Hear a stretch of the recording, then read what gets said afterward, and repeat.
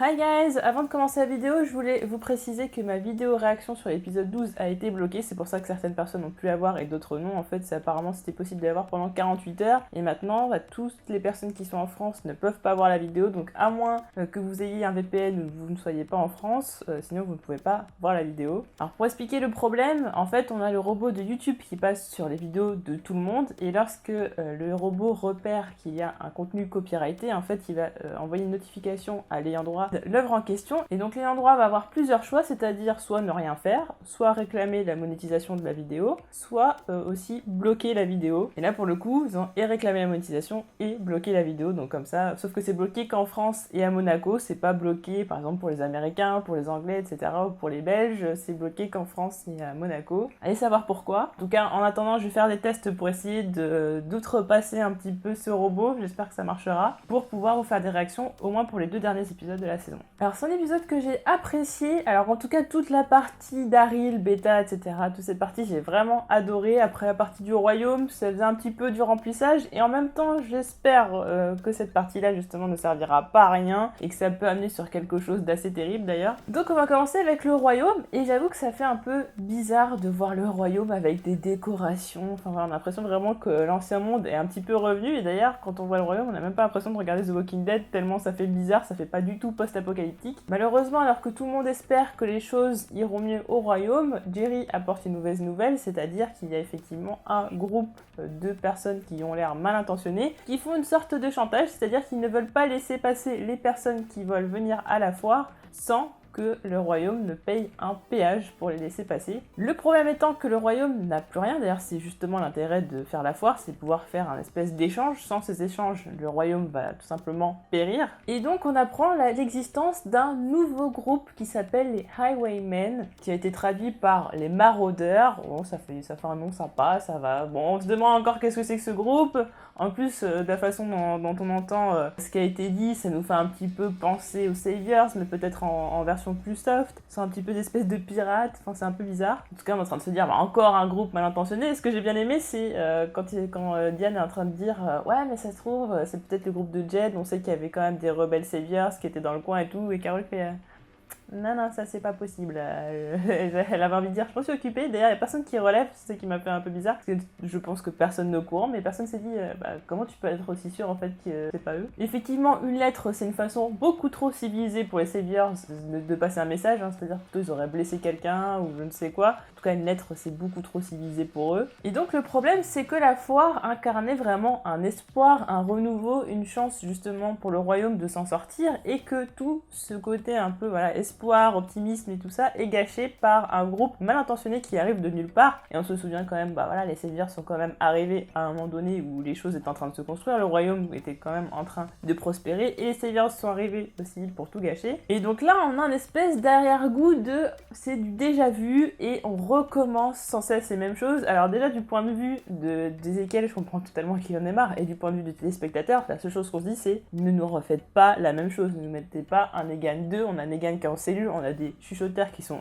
très très cruels et qui suffisent comme menace. Pourquoi vous nous rajoutez en fait une communauté? À quoi ça sert? Surtout que le leader, j'ai un petit peu du mal à le cerner, mais c'est vrai, c'est l'intérêt, c'est pourquoi vous rajoutez justement une nouvelle communauté, une nouvelle menace, alors qu'il y a déjà une menace très importante. Donc forcément, il y a un intérêt il y a un intérêt derrière. Alors de toute façon, je pense que l'intérêt premier, c'est de combler, parce que de toute façon, il faut gagner un petit peu de temps, parce que pour moi, justement, la foire, et notamment un événement qui a lieu dans le comics pendant la foire, ça aurait lieu normalement pour moi en season finale. Et c'est vrai que là, il reste que 3 épisodes, mais 3 épisodes, c'est énorme quand on doit faire avancer le scénario, et dans ces cas-là, il faut combler par certaines choses. Effectivement, on a eu l'épisode avec effectivement Jerry et tout qui sont en train de chercher la lampe pour le vidéoprojecteur. Là, on a effectivement la rencontre avec les Highwaymen. Alors, je sais pas s'il va y avoir une grosse importance pour la suite, ne serait-ce que si c'est par rapport à une alliance ou si ce sera une menace. J'ai envie de partir du principe qu'on a l'impression qu'ils sont gentils, mais ça me semble un peu facile. En tout cas, cette rencontre est très intéressante déjà parce que avant même tout ça, on a Ezekiel et Carol qui ont un dialogue qui est très intéressant et on se rend compte qu'en fait, même si Carol, par exemple, demandait à Daryl de chapeauter un petit peu Henry parce que Henry, il est un petit peu,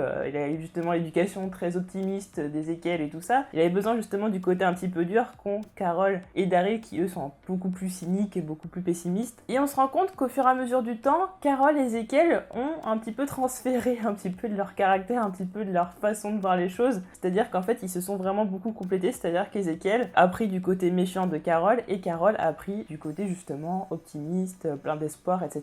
qui voyait le bon en les gens, alors qu'Ezekiel justement était trop optimiste et d'ailleurs il nous saoulait. Et là, c'est tout le contraire. C'est finalement, il se dit mais on a des menaces, faudrait mieux les tuer. Enfin voilà, ça recommence, c'est reparti. Donc là, on va pas refaire la même chose. Et cette fois-ci, on va agir. Il y a un petit côté, faut qu'on agisse vite parce que de toute façon, on a besoin de la foire. Et puis parce qu'on va pas laisser les choses comme ça se gangréner, sinon ça ne se terminera jamais. Et puis les choses peuvent tout simplement s'envenimer. Et c'est là où effectivement c'est intéressant du fait que chacun a appris des choses à l'autre. Ils sont beaucoup complémentaires, mais au final, si c'est pour devenir complètement l'inverse qu'ils étaient, c'est un petit peu bizarre. Enfin, je veux dire, et notamment chez Carol qui change tout le temps de caractère. Je veux dire, autant chez Ezekiel c'est intéressant, autant chez Carol elle change tout le temps de caractère. Donc au bout d'un moment, voilà, va falloir, je pense, s'arrêter là. Et d'ailleurs, ils sont tellement complémentaires que Ezekiel ne règne plus seul. Il règne avec Carol, il le dit bien, c'est le roi et la reine qui règnent ensemble. Et d'ailleurs, à chaque fois, Carol a toujours été de bons conseils et Ezekiel prend aussi de bonnes décisions. Donc à eux deux, ils font quand même une bonne équipe et le royaume se porte bien malgré effectivement le fait qu'il n'y ait pas assez de vivres, etc. Mais ça, c'est pas de leur ressort. Donc Carol, elle, va décider de parlementer avec les maraudeurs, avec les highwaymen, puisqu'ils ont envoyé une lettre. Ça veut dire que ce sont des gens civilisés et qui peuvent effectivement être prêts à négocier. Et donc on a la découverte de cette nouvelle communauté dans l'ombre, dans un entrepôt de magasin ou je ne sais quoi. Ils sont mélangés avec les mannequins. Alors je trouve que c'est un espèce de clin d'œil un peu aux chuchoteurs. Les chuchoteurs se mélangent aux morts et là on a les maraudeurs qui se mélangent aux mannequins. Je trouve ça bon. La mise en scène est sympa, mais du coup il y a un espèce de côté déjà vu. Enfin, dans toute la partie du royaume, il y a clairement un côté déjà vu. Dans la mise en scène, j'ai trouvé ça super intéressant. Effectivement, on n'arrive pas à distinguer les mannequins des personnages. Et d'ailleurs, chose que je me demande, c'est combien sont-ils dans cette communauté. Je pense pas qu'il s'agit juste du petit groupe qu'on a vu dans l'entrepôt. Je pense qu'ils sont quand même beaucoup plus que ça. Donc les négociations se passent au début de façon pas terrible, hein, surtout que Jerry est assez énervé puisqu'on lui a pris son sable. C'est vrai qu'on leur a pris en plus leur matériel, donc voilà, c'était pas forcément quelque chose de très sympathique. Et Carol qui va arriver à la rescousse d'Ezekiel. Ezekiel qui va proposer donc l'accès au royaume et à la foire, ce qui en soi est quand même hyper risqué quand ils ne connaissent pas une communauté. Il peut se passer tout et n'importe quoi, mais ils proposent ça. Et finalement, cette histoire de film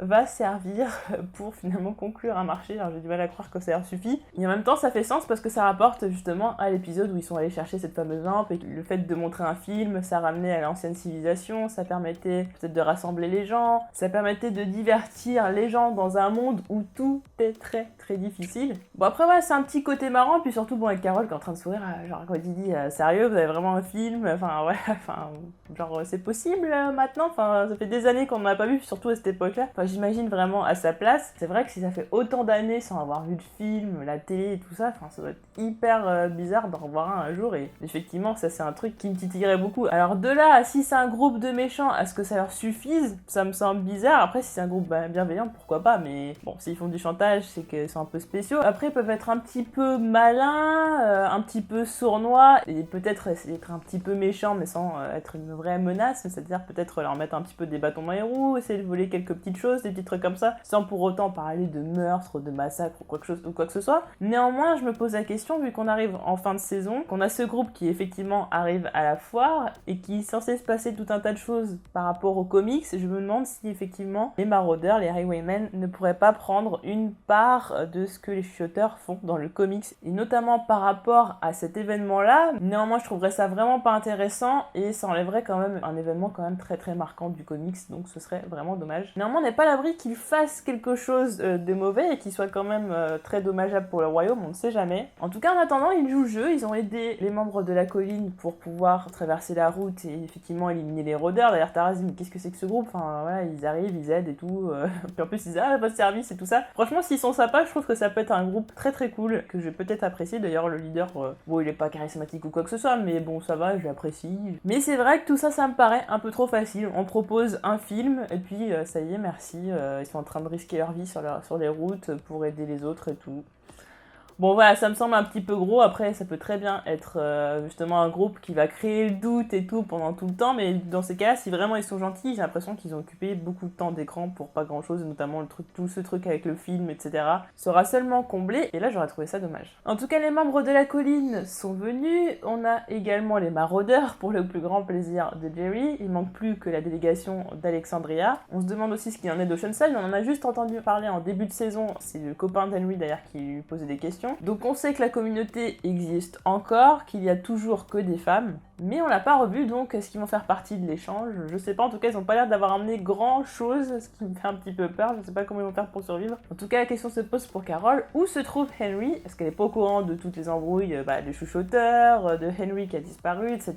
Donc voilà, quand elle va apprendre tout ça, qu'on va lui faire les résumés de l'histoire, je pense qu'elle va pas du tout apprécier et qu'elle risque justement de partir sur les traces de Daryl et de Henry, et que ça risque de barder pour Daryl. Du côté de Daryl, ils se sont enfuis, mais Lydia pose toujours problème, puisque peu importe où ils iront, tant qu'il y a Lydia, les chuchoteurs les poursuivront. Alors Henry propose donc de s'enfuir avec Lydia. Bien bon, il est assez énervant, mais au bout d'un moment, voilà, déjà t'es parti, aller la chercher alors qu'on t'a rien demandé, enfin c'était hyper risqué pour toi, mais en plus pour les gens qui venaient le chercher. Bon, évite d'en rajouter, et puis surtout, sa mère lui faisait confiance et tout ça, enfin elle le met quand même dans une autre communauté, parce que voilà, il veut grandir, il veut faire des choses et tout ça, et au final, se rend compte qu'il est pas si mature que ça, il prend des décisions totalement immatures. Quelque part, ça peut se comprendre, sa décision, puisqu'il partirait non seulement avec Lydia, donc il pourrait aussi la protéger, puis il pourrait continuer sa petite histoire d'amour, mais aussi le fait que si Lydia s'enfuit et qu'il ne la retrouve pas, normalement, les chuchoteurs ne devraient pas s'attaquer aux communautés, mais bon, c'est mal connaître les chuchoteurs qui, de toute façon, essaieraient de la retrouver quoi qu'il arrive, et donc attaqueraient de toute façon les communautés. On a donc ce duo, Connie et Daryl, qui, étonnamment, est très sympa, qui est très très chouette, qui se complète beaucoup. On se rend compte que Connie est quasiment même meilleure pisteuse que Daryl. Enfin, en tout cas, du moins, elle arrive à bien se repérer tout ça dans des endroits, elle connaît des bons endroits avec des bonnes cachettes, elle a des bonnes stratégies de survie et aussi de défense. D'ailleurs, Daryl est un peu déconcerté parce que normalement c'est le boss dans ce genre de truc, donc il voit que personne écoute, que tout le monde écoute Connie, alors que c'est censé être le mec chaud dans le domaine et tout ça. Donc bon, effectivement, il y a quelqu'un qui le challenge un petit peu, c'est pas facile pour son ego, mais au final, ils se complètent très bien et arrivent très bien à travailler ensemble, ce qui donne des choses quand même assez chouettes. Donc au final, ce petit duo marche bien, ils se comprennent bien, et d'ailleurs Connie, en plus d'avoir des capacités de pisteuse, de bien se repérer, voilà, d'avoir des bonnes capacités stratégiques et tout ça, arrive quand même bien à se défendre face aux chuchoteurs, donc vraiment de grosses capacités. D'ailleurs même Yumiko s'inquiète même pas d'ailleurs de savoir qu'elle a disparu, parce que c'est très bien qu'elle va survivre. Alors peut-être que ça peut donner quelque chose par la suite entre Daryl et Connie, j'espère. Première histoire de Daryl qui maintenant est vraiment au centre de la série avec Michonne et Carol. La plus grosse menace pour le moment ne s'avère pas forcément être les morts qui sont avec les chuchoteurs, mais Beta qui est le champion des chuchoteurs. J'aime bien, oui, c'est votre champion? Ouais, ok, bon bah de toute façon lui va mourir en premier. Daryl qui a pas peur, alors que le mec il fait 2m12, 2 mètres de large, le mec il est costaud comme pas possible. Puis Beta a cet aspect monstrueux et tout ça, et puis en plus on le présente toujours en sortant de l'ombre, où il est dans l'ombre, enfin voilà, il a cet aspect un peu monstrueux qui est vraiment atypique dans The Walking Dead. Rien que la façon dont Lydia en parle, on a peur quoi, on sent que ça va pas être très très facile, que tout va pas forcément se passer comme prévu. L'idée était super intéressante, le fait de monter dans l'immeuble et de repérer par au-dessus qui sont les chuchoteurs, sauf que quand même il y a un souci, donc il y a quand même une personne parmi tant d'autres d'ailleurs qui meurt parmi les chuchoteurs, mais on fait un focus sur cette personne-là, puisqu'effectivement on a Beta qui est en train de dire tu vas te transformer, mais c'est pas parce que tu te transformes que tu ne feras plus partie de nous, au contraire. Et en gros, même s'il est mort, il fait quand même partie des chuchoteurs, puisqu'il fera partie des gardiens des chuchoteurs, enfin voilà, même à travers la mort, il aidera la cause des chuchoteurs, et comme cet homme-là est mort très récemment, ben en fait, Daryl va lui tirer dans la tête en pensant peut-être que c'est un vivant qui s'est mal déguisé ou quelque chose comme ça. D'ailleurs, même moi, sur le moment, j'étais en train de me dire, mais en fait, ils l'ont pas beaucoup maquillé, enfin, c'est bizarre, quoi, c'est loupé. Et en fait, c'est après que j'ai pensé, je dis, bah oui, mais c'est le mec qui s'est fait mordre au cou, et qui est mort par la suite, qui fait partie de la horde de rôdeurs, en fait. Dans l'ombre, dans le couloir, on a du mal à distinguer les chuchoteurs des rôdeurs, mais bon, comme on les voit pousser des tables, etc., on se rend bien compte que ce sont pas des rôdeurs. Et comme les escaliers sont barricadés, seuls les chuchoteurs peuvent passer, et pas les rôdeurs. On a une petite scène d'amourette entre Henry et Lydia, bon voilà, je veux pas m'avancer dessus, enfin, j'ai rien à dire de spécial, c'est un truc, voilà, je sais même pas quoi dire. Moi, c'est une petite amourette, voilà, c'est pour, surtout pas de mon âge, voilà, tout simplement. Voilà, c'est mignon. Alors, ce truc que je trouve assez marrant, c'est le fait que Daryl soit un petit peu gêné, genre voilà, il les voit s'embrasser, il fait ah bah, c'est parti là, on va faire des trucs là, pas vous laisser faire vos bêtises dans le noir là, revenez par ici les gars. Donc les chuchoteurs vont venir attaquer, en tout cas l'endroit est quand même bien réfléchi. En attendant, Lydia est placée dans un placard. Alors au début, je me disais mais qu'est-ce que fait Daryl à mettre Lydia dans un placard? Et effectivement, quand il met Dog avec Lydia, c'est là où je me dis bon, il lui fait pas un coup de Trafalgar, s'il met Dog avec, ça veut dire que de toute façon il va forcément repasser par là. Mais c'est vrai que comme Lydia est un petit peu réticente à l'idée de se battre contre son peuple, de toute façon, bah déjà, elle sait pas se battre, mais là en plus, si elle est réticente à attaquer son peuple, ça va être très compliqué, donc elle sert à rien, donc c'est un boulet, et donc il vaut mieux la protéger dans un placard. Les chuchoteurs vont arriver et ça va donner lieu à une scène qui est juste géniale, et vraiment, c'est là où j'attendais vraiment l'épisode, parce que ça faisait un moment, de toute façon, dans le trailer de la deuxième partie de saison 9, ils avaient teasé justement ce combat avec Beta qui avait l'air assez chaud, et effectivement, j'ai pas été du tout déçue. Et en plus, la structure du bâtiment, le fait que le bâtiment était en travaux et tout, ça apporte beaucoup, et notamment les feuilles de plastique comme ça, enfin voilà, avec la caméra qui passe à travers, les jeux d'ombre, les chuchoteurs qui passent à travers, qui passent aussi à travers le placo, enfin ouais, il y a tout cet aspect de destruction. Donc on joue habilement avec tout ça, ça a été vraiment très bien fait, et en plus ce combat en lui-même, il est assez costaud. Alors en vrai, on va pas se mentir, on sait très bien que c'est pas réaliste et que Beta en 2 secondes il aurait déjà plumé les pauvres Daryl. Voilà, on le sait, il y a même pas de question à se poser. C'est vrai qu'il y a certaines fois où je me dis bon là, vous abusez un peu parce qu'on sait que là il avait 30 000 fois le temps de lui écraser le crâne en fait, 30 000 fois c'est sûr. Mais bon, ils ont fait en sorte que Daryl se défend bien, donc du coup ils se rendent coup pour coup, en sachant quand même que Daryl prend très très cher, et effectivement ce qui va quand même le sortir de là, c'est le fait qu'il soit beaucoup plus malin que Beta, parce que Beta, c'est un gros Beta comme son nom l'indique, et effectivement il est fort, il est costaud, mais il est pas aussi malin que Daryl qui sait utiliser en fait son environnement, et c'est ça que j'ai bien aimé, c'est qu'on utilise l'environnement justement de ce bâtiment pour ce combat, et Daryl qui va utiliser la cachette qu'avait Connie pour mettre des vivres, il va l'utiliser à bon escient, puisque ça va lui permettre de se cacher, et ensuite de faire tomber Beta dans l'ascenseur, Beta qui comprend qu'il va justement chuter dans l'ascenseur au moment où il voit les boutons d'ascenseur. Donc bon, on se doute bien qu'il est pas mort, mais en même temps, le bruit de la chute, on se dit mais le mec il a quand même descendu d'un tas d'étages, comment il peut être encore en vie? Parce qu'on sait très bien voilà, le suspense qui est laissé, puis bon de toute façon le mec, comme il disait, c'est champion des chuchoteurs, donc on se doute bien qu'il est quasiment increvable, donc ça risquait d'être compliqué, mais là on se dit le bruit que ça fait, il a descendu au moins 4 étages le mec. Donc il est tombé de 4 étages, il a un couteau dans l'épaule, voilà tout va bien, mais il est encore en vie, et bon c'est le seul des chuchoteurs en tout cas qui sera resté en vie, puisque Daryl s'est quand même occupé très facilement des autres. Connie s'en sort bien, mais effectivement il y a quand même certains moments où elle a quelques faiblesses et donc se retrouve en danger, et c'est grâce au fait que Lydia va vouloir sortir pour aider Henry que Dog va pouvoir la sauver. Henry qui va se prendre le coup de son propre bâton dans la jambe et qui va donc saigner très très fortement. Bon, en tout cas on se rend compte que Lydia est folle amoureuse d'Henry parce que oh là là mon dieu, voilà j'en ai marre de tout ça, nanana. Donc voilà, on sait que les deux ils vont être inséparables, c'est l'amour de leur vie, etc.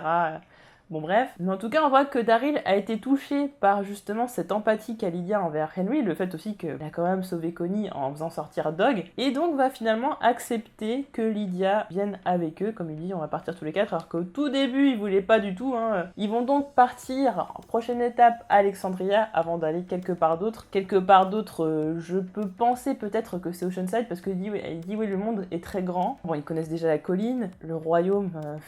ça serait pas une très très bonne idée, puis Carole laisse tomber. Pourquoi pas Oceanside qu'on n'a pas revu depuis un moment, et qui a été teasé sur le Twitter de Walking Dead, qu'on reverrait normalement, donc j'ose espérer très bientôt. En attendant, si les chuchoteurs arrivent à suivre Henry jusqu'à Alexandria risque d'être visée par les chuchoteurs, ça risque de poser pas mal de problèmes, ou peut-être même Oceanside. Après, il est possible aussi que les chuchoteurs ciblent quand même la colline, parce que c'est l'endroit qu'ils connaissent le plus, et donc sera encore exposé au danger. En tout cas, toute cette partie, j'ai vraiment trouvé intéressante, que ce soit l'ingéniosité des personnages, que ce soit la mise en scène, les combats et tout ça, j'ai trouvé ça vraiment très chouette. Voilà, juste la petite histoire d'amourette dont je me fous, mais qui, quelque part, est obligée d'être là pour servir tout un tas de conséquences et d'enjeux. Mais effectivement, c'était un bon épisode, parce qu'en plus, on avait un bon méchant, un méchant charismatique, un méchant qui fait peur, et qui est vraiment atypique par rapport aux autres méchants qu'on a connus, et qui est vraiment une réelle menace. Le fait de pas voir Alpha, ça m'a pas du tout manqué, comme je disais, j'ai un peu de mal avec elle, même beaucoup de mal avec elle, et effectivement, Beta est très très bon remplaçant dans un épisode, et j'espère que ça va durer très longtemps. Voilà pour ma review sur l'épisode 13 de la saison 9 de The Walking Dead. N'hésitez pas à me dire en commentaire ce que vous avez pensé de l'épisode, et on se retrouve bientôt pour d'autres vidéos. Salut!